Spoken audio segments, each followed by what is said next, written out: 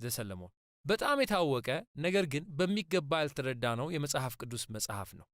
8 ምዕራፎች ያሉት የፍቅር ግጥም ነው። መግቢያና መደምደሚያ ቢኖርም መጽሐፉ ምንም አይነት የማይለዋወጥ ስነ ጽሑፋዊ ንድፍ የለውም። ይህ ደግሞ የግጥም ስብስብ በመሆኑ ምክንያት የመጣ ነው። ለመበታተን ወይም ለመለያየት የሚሆኑ አይደሉም። በሙሉ ፍሰታቸው እንዲነበቡና በቀላሉ እንዲያስደስቱ የተዘጋጁ ናቸው። የመጽሐፉ የመጀመሪያ መስመር የመኃልየ ዘሰሎሞን እንደሆነ ይነግረናል። ይህም እንደ የቅዱሳን ቅዱስ ወይም የነገሥታት ንጉሥ ያለ የዕብራይስጥ ፈሊጣዊ አነጋገር ነው።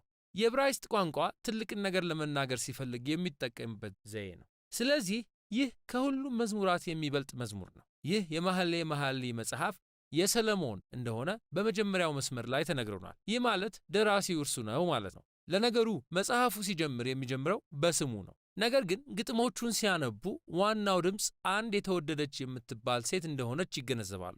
የወንድ ድምፅ ቢኖርም የሰሎሞን የሚመስል ግን አይደለም። ሰሎሞን በግጥሞቹ ውስጥ 2 ጊዜ ተጠቅሶ እናገኘዋለን። ነገር ግን በጭራሽ ተናጋሪ ሆኖ አይደለም። ሰሎሞን 700 ሚስቶች እንደነበሩት ግምት ውስጥ በማስገባት እንዲሁም የዚህ መጽሐፍ ደራሲ እርሱ እንደመሆኑ መጠን ጸሐፊው እሱ ነው የሚለውን መቀበል አለብዎት። በመኃልየ ውስጥ ያሉት ፍቅረኛሞች በዓለም ላይ አንዳቸው ለሌላው ብቸኛ ሆነው የሚታዩ ናቸው። ስለዚህ የሰሎሞን ማለት በሰሎሞን ጥበብ ወግ ማለት ሊሆን ይችላል። በጥበቡ በግጥሙ ስለ እያንዳንዱ የሕይወት ክፍል ለመማር ባለው ፍቅር ይታወቅ ነበር። ሰሎሞንም በእስራኤል ውስጥ የጥበብ ሥነ ጽሑፍ አባት ሆኗል።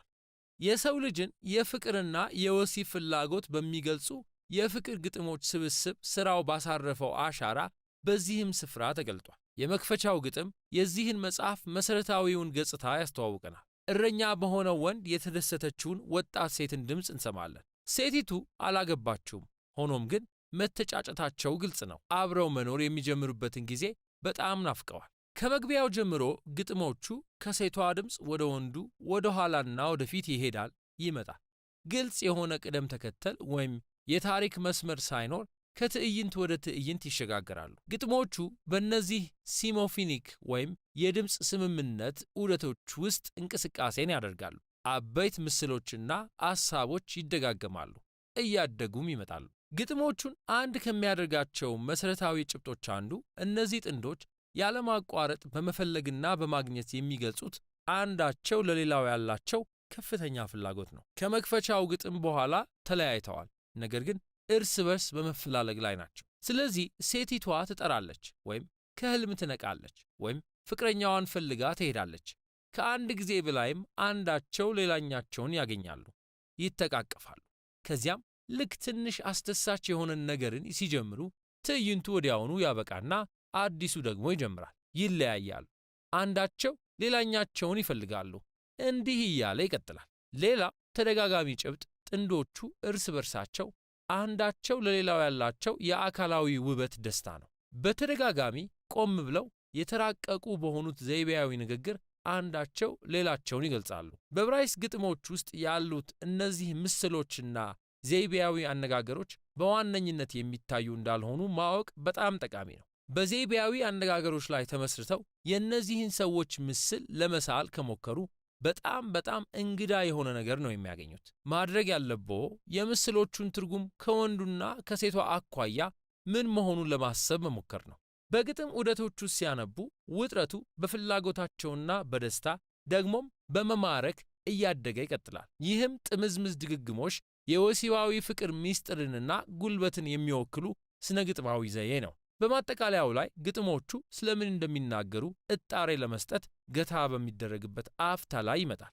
ፍቅር እንደ ሞት ጠንካራ ነው። ስሜቱ እንደ መቃብር ከባድ ነው። ብልጭታዎቹ የእሳት መለኮታዊ ነበልባልም ናቸው። ብዙዎች ፍቅርን ሊያጠፉ አይችሉም። ወንዞች እንኳ ሊወስዱት አይችሉም። አንድ ሰው የቤቱን ሀብት ሁሉ ለፍቅር ሲል ቢሰጥ ይህ ሰው ፈጽሞ የተናቀ ይሆናል። ግጥሙ የፍቅርን ኃይልና ጥንካሬ ያጎላል። እንዴት ውብ ግን ደግሞ አደገኛ ነው! ፍቅር በደል ከደረሰበት ሰዎችን እንደ እሳት ሊያጠፋ ይችላል፣ ወይም በአንጻሩ ጥበቃ ከተደረገለት ሕይወትን የሚሰጥ ይሆናል። ፍቅር የሰውን ልጅ የማወቅና ሙሉ ለሙሉ የመታወቅ ደግሞም በሌላ ሰው ዘንድ በማይጠገብ ሁኔታ የመናፈቅ ፍላጎትን የሚገልጽ ነው። ፍቅር በሰው ልጅ ሕይወት ውስጥ ካሉት እጅግ የመጠቁና ምስጢራዊ ልምምዶች አንዱ ነው። እንደ የመጽሐፍ ቅዱስ የጥበብ ወግ ክፍል ይህ መጽሐፍ ፍቅር የእግዚአብሔር ስጦታ ነው ይለናል። ከዚህ በኋላ ስለ ሰለሞን ያለፈው ግጥም የማይቻል ነው ያለውን ለማድረግ በሚጥርበት ወቅት ፍቅርን ለመግዛት የሚሞክርበት አንድ ያልተለመደ እንግዳ የሆነ ግጥም አለ። ልጅቷ የሰለሞንን ጥያቄ አልተቀበለችም። ከዚያም መጽሐፉ የሚደመደመው ወንዱና ሴቷ እንደገና ተለያይተው እርስ በርስ ሲፈላለጉ ነው። ድምጿን ለመስማት ብሎ ይጠራታል። አብሯት እንዲሸሽ ትለምነዋለች። እናም መጽሐፉ የሚያበቃው በዚህ መንገድ ነው። ያልተቋጨ ሆኖ ያበቃል። ይህ ግን ፍጹም መቋጫ እንደሌለው ፍቅር ያለ ነው። ምክንያቱም ሁልጊዜ በሚወዱት ሰው ውስጥ ሊያገኙት የሚሹትና የሚፈልጉት ነገር ስላለ ነው። እናም እውነተኛ ፍቅር መጨረሻ የለውም። ይህም መጽሐፍ ልክ እንዲሁ ነው። በታሪክ በመኃልየ መኃልይ ዘሰሎሞን መጽሐፍ ላይ የተነሳው ትልቁ ጥያቄ የፍቅር ግጥሞች በመጽሐፍ ቅዱስ ውስጥ ምን ያደርጋሉ የሚለው ነው። በታሪክ ውስጥ ስለዚህ መጽሐፍ 3 ዋና ዋና ትርጓሜዎች ነበሩ። በአይሁድ ወግ መሠረት ተምሳሌታዊ ሆኖ የሚታይ ሲሆን እያንዳንዱ ገጸ ባህሪ ትዕምርት ወይም ምልክት ሆኖ ነው የሚነበበው። ስለዚህ ሴቲቱ እስራኤል ናት፣ ሰውየው እግዚአብሔር ነው። ፍቅራቸውም በእግዚአብሔርና በእስራኤል መካከል በሲና ተራራ ሕግ ሲሰጥ የተደረገው የቃል ኪዳን ምልክት ነው። ይህ አመለካከት ወደ ክርስቲያናዊ ወግ የመጣ ሲሆን ገጸ ባህሪያቱ ግን ተለዋውጠዋል። ስለዚህ ክርስቶስ ለሕዝቡ ለቤተ ክርስቲያን ስላለው ፍቅር የሚገልጽ ነው። ይህ ትርጓሜ በኤፌሶን 5 ላይ ጳውሎስ የተናገረውን መነሻ ያደርጋል። ይህም አንድ ባል ለሚስቱ ያለው ፍቅር ክርስቶስ ለቤተ ክርስቲያን ካለው ፍቅር ጋር ተነጻጽሮ የቀረበበት ነው። የሚገርመው ግን ባለፉት 100 ዓመታት ውስጥ የእስራኤል ጥንታዊ ጎረቤቶች በነበሩት ግብፅና ባቢሎን መካከል የተደረጉ የአርኪኦሎጂ ግኝቶች በቋንቋና በምስል ከመኃልየ መኃልይ ዘሰሎሞን ጋር በጣም ተመሳሳይ የሆኑ ሁሉም አይነት ጥንታዊ የፍቅር ግጥሞች ተገኝተዋል።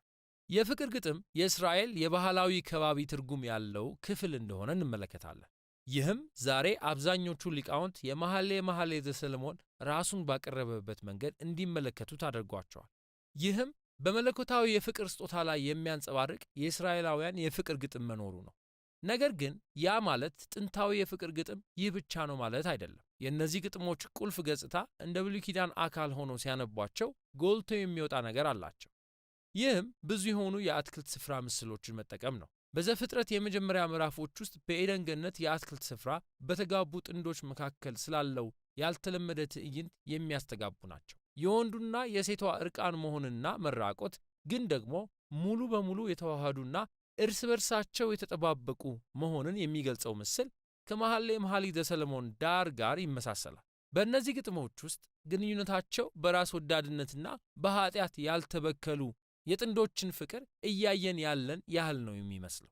እናም በመጨረሻ መዝሙሩ ምንም እንኳን የፍቅር ግንኙነታችን ብዙ ጊዜ በራስ ወዳድነት የተበከለ ቢሆንም ተስፋን ደግሞ የያዘ ነው። ይህም ፍቅር ምጡቅ የሆነ ድንቅ ስጦታ መሆኑን ከማመልከቱን ባሻገር ወደ አንድ የላቀ ነገር ይጠቁመናል። አንድ ቀን ወደ ውስጥ ዘልቆ የሚገባውንና የሚወደውን ዓለምን የሚቀይረው የእግዚአብሔር ፍቅር ስጦታ መሆኑን ነው። የመኃልየ መኃልይ ዘሰሎሞን መጽሐፍም የሚናገረው ይህን ነው።